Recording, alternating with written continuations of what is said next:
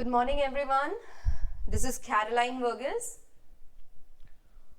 और आज हम वोकैबुलरी करेंगे जैसा हम हर रोज करते हैं. आई रियली होप कि आप लोग जो है अपने कॉपीज में लिख रहे हो. सिर्फ ये 10 मिनट का शो देखने से फायदा नहीं होगा. इसको आपको रटना नहीं है, इनको आपको रिवाइज करना है. इनको आपको इतनी बार रिवाइज करना है ये कि ये खुद ही जो है आपको याद हो जाए, आपको बैठ के एक एक चीज रटना ना पड़े. उसका तरीका मैंने आपको बताया है कि किस तरीके से जो है आप इसको रिवाइज करोगे. ऑलराइट. एंड किस तरीके से किस पैटर्न में जो है आपको इनको पढ़ना है, ये मैंने आपको बताया हुआ है. आई होप आप उस तरीके से कर रहे हो. नहीं करोगे तो बेटा, अभी तक नहीं किया तो अभी भी टाइम है, स्टार्ट कर लो. नहीं तो आगे जाके बहुत प्रॉब्लम हो जाएगी. एंड वोकैब ऐसा पार्ट है कि एक दिन में या 2 दिन में तैयार नहीं होता है ना. ओके. आज का हमारा पहला वर्ड है सेलिएंट. सेलिएंट का मतलब होता है कुछ ऐसा जो बहुत ही इंपॉर्टेंट होता है, जो मेन पॉइंट्स होते हैं. सेलिएंट के लिए हम जो दूसरा वर्ड यूज करते हैं वो है मेन. ऑलराइट. इंपॉर्टेंट. ऐसे कुछ वर्ड्स जो हम बहुत ही यूजुअली जो यूज करते हैं, मेन हो गया, इंपॉर्टेंट हो गया, उनको बोलते हैं. कई बार आंसर्स में आता है right the salient points of so and so, मतलब राइट द इंपॉर्टेंट पॉइंट्स या राइट द मेन पॉइंट्स. अब इसके थोड़े से सिनोनिम्स देख लेते हैं. पहला है प्रोमिनेंट. प्रोमिनेंट का मतलब है प्रमुख, जो सबसे पहले हमें इंफॉर्मेशन मिलनी चाहिए वो है ये. अगला है स्ट्राइकिंग. स्ट्राइकिंग का मतलब है जो सबसे अलग होता है. ऑलराइट. आपके सामने कुछ लोग बैठे हैं एंड कोई एक इंसान की पर्सनालिटी ऐसी होती है कि वो स्ट्राइक करती है, तो क्या होता है, वो अलग से दिखती है. तीसरा है आउटस्टैंडिंग. आउटस्टैंडिंग होता है हमेशा पॉजिटिव होता है, कभी भी खराब तरीके से आउटस्टैंडिंग यूज नहीं किया जाता. आउटस्टैंडिंग का मतलब है कुछ ऐसा जो बहुत ही ज्यादा नॉर्मल ना हो, जो अब नॉर्मल हो, जो अलग तरीके से दिखता हो, अच्छे तरीके से दिखता हो. तो हमारा नेक्स्ट है नोटिसेबल. जो नोटिस हो जाए, जो आपके ध्यान में आए, उसको हम नोटिसेबल बोलते हैं. और अगला है हमारा स्पेक्टैक्युलर. स्पेक्टैक्युलर का मतलब होता है कुछ ऐसा जो बोलने लायक हो, जिसको इंपॉर्टेंस देने लायक हो, चाहे वो कोई काम हो, चाहे वो कोई व्यक्ति हो, कुछ भी हो. ऑलराइट. ओके. एंटोनिम्स क्या है? पहला एंटोनिम है इनकॉन्स्पिक्यूअस. इनकॉन्स्पिक्यूअस का मतलब होता है कि कुछ ऐसा जो बिल्कुल मतलब साधारण सी चीज है, कोई बड़ी बात नहीं है, कुछ बहुत ही अच्छी सी चीज नहीं है, बस ऐसे चल रहा है ना. और अगला है हमारा इनसिग्निफिकेंट.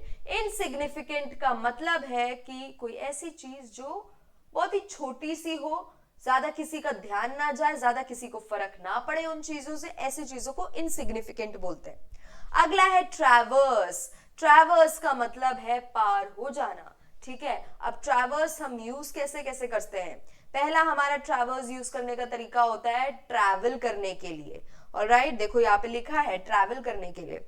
और अगला हमारा ट्रैवर्स का मतलब होता है कि कोई प्रॉब्लम आई, पार हो गए, निकल गए, दोस्त का साथ छोड़ दिया, निकल गए. उसको भी जो है हम ट्रैवर्स ही बोलते हैं. पहला है हमारा सिनोनिम क्रॉस करना, पार करना. ऑलराइट.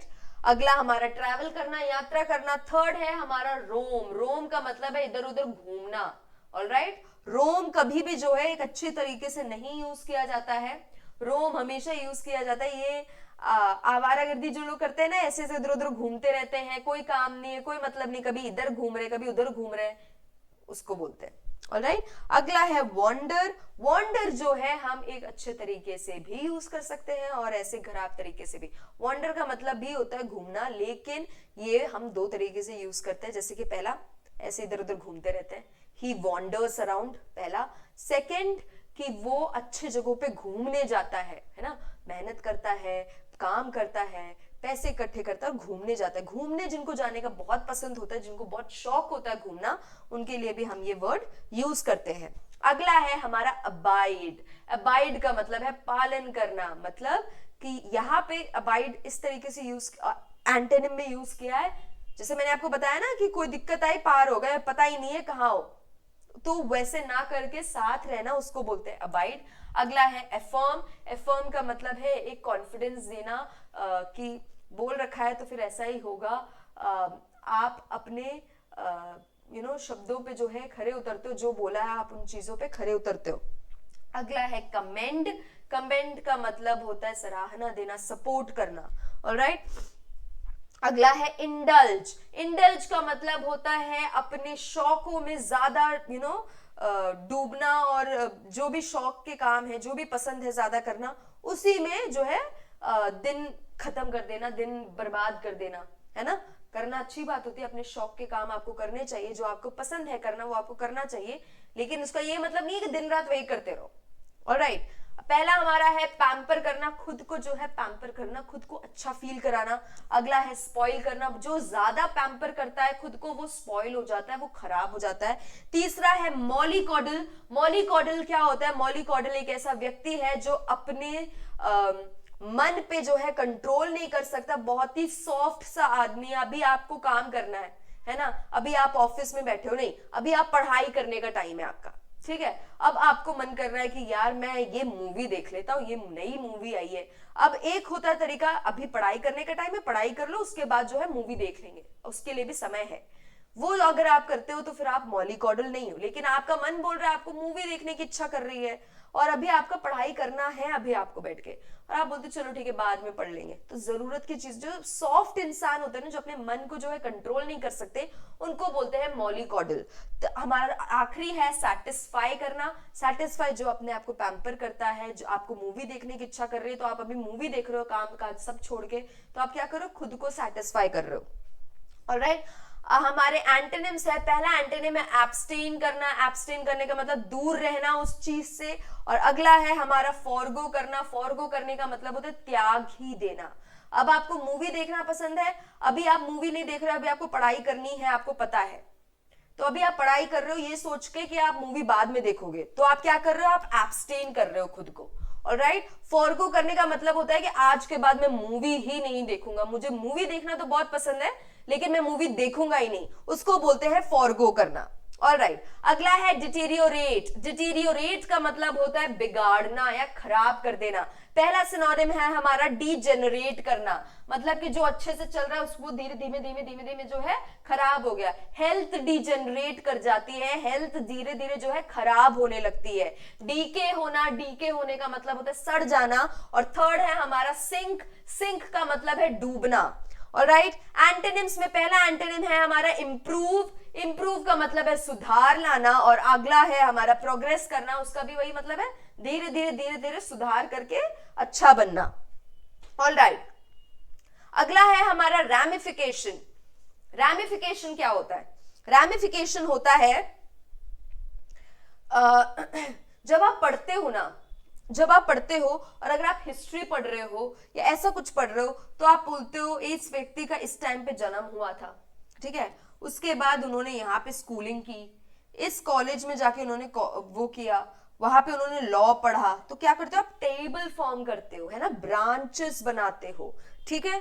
तो उसको बोलते हैं रैमिफिकेशन करना, उसको बोलते हैं रैमिफिकेशन करना। इसका एक और तरीका होता है देखने का कि पहले आपने ये काम किया, ठीक है, उसके बाद जो है क्योंकि आपने ये काम किया तो फिर आपको उसके परिणाम में आपको ये काम करना पड़ा, ऐसे जो है आप बनाते हो। उसके बाद आपने ये काम किया, जो भी आपने काम किया, तो जब आप ऐसे चीजें देखते हो कि एक के पीछे एक क्यों करना पड़ा आपको, उसको भी जो है आप रैमिफिकेशन बोलते हो। इन शॉर्ट एक तरीका जिसमें काम हुआ है, एक क्रोनोलॉजी जिसमें काम हुआ है, उसको हम रैमिफिकेशन बोलते हैं। पहला है ब्रांचिंग। ब्रांचिंग का मतलब होता है एक के पीछे, देखो फिर ये ऐसे हुआ, ये ऐसे, ऐसे जब हम ऐसे फॉर्मेट बनाते हैं ना पढ़ते टाइम पे, उसको बोलते हैं ब्रांचिंग।